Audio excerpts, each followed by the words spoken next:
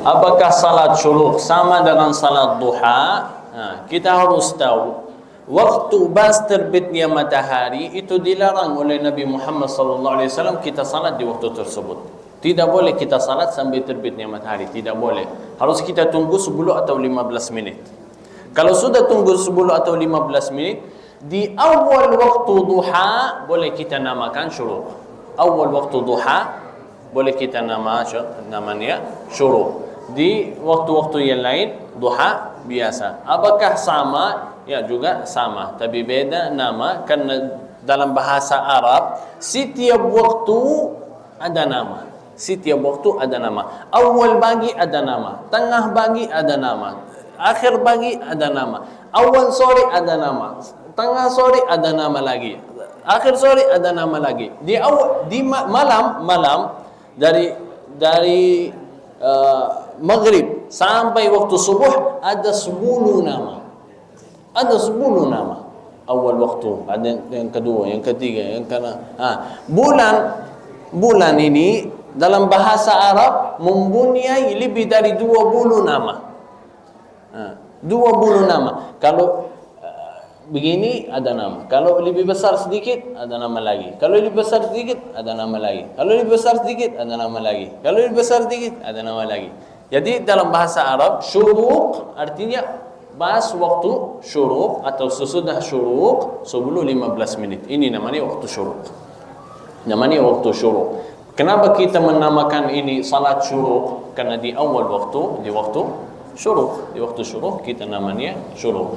Tapi termasuk sama dengan duha, termasuk sama. Bahalanya sama, termasuk salatul awwabin, orang yang sering balik kepada Allah. Silakan. Assalamualaikum warahmatullahi wabarakatuh. Waalaikumsalam. Saya menanyakan sama dengan bagaimana. Tapi ini saya menanyakan apakah sholat subuh, sholat subuh itu bisa dilakukan di rumah atau harus di masjid? Karena saya pernah mendengar ada yang bilang ada yang harus di masjid. Jelas, pertanyaan yang bagus, luar biasa.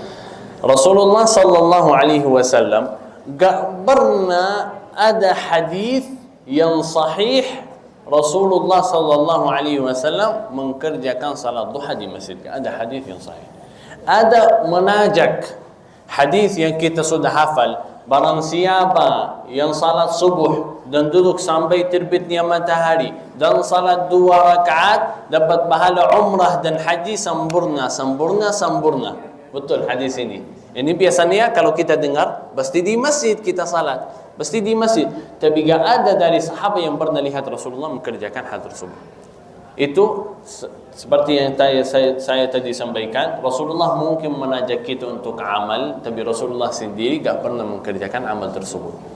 Jadi apakah boleh di masjid? Boleh.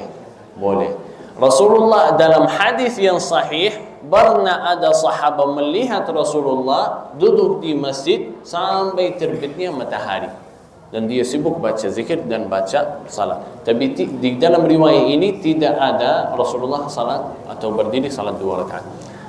Masalah salat duha, Rasulullah biasanya suka salat duha atau salat syuruk atau salat sunnah. Rasulullah sering melaksanakan salat sunnah di rumah.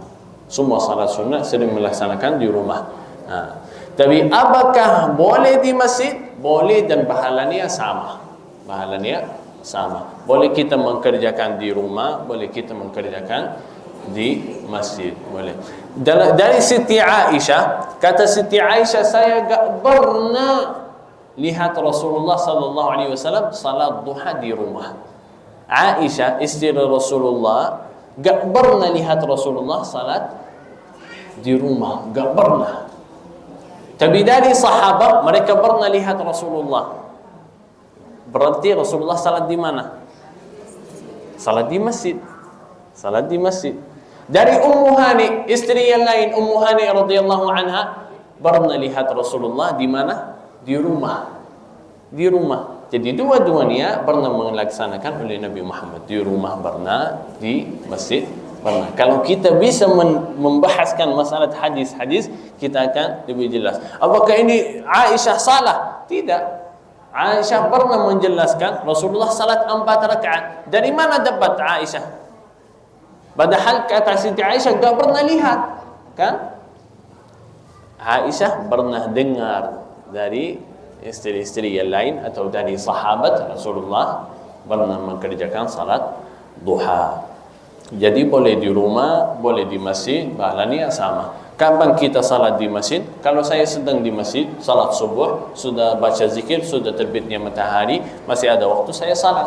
Mungkin saya langsung selesai salat subuh, saya sibuk, harus keluar. Ya, masih belum terbitnya matahari, ya saya keluar, saya kerja di rumah, pas selesai, nanti saya salat di rumah. Jadi dua-duanya boleh. Kita lihat semampuan kita. Hari ini saya bisa di masjid, alhamdulillah. Besok saya bisa di rumah, alhamdulillah. Tapi jangan malas. Oh, saya bukan di masjid, saya gak usah salat. Ya, ini salah. Ini yang salah. Kalau saya gak salat, iya udah gak usah. Nah, itu salah. Boleh di rumah, boleh di masjid.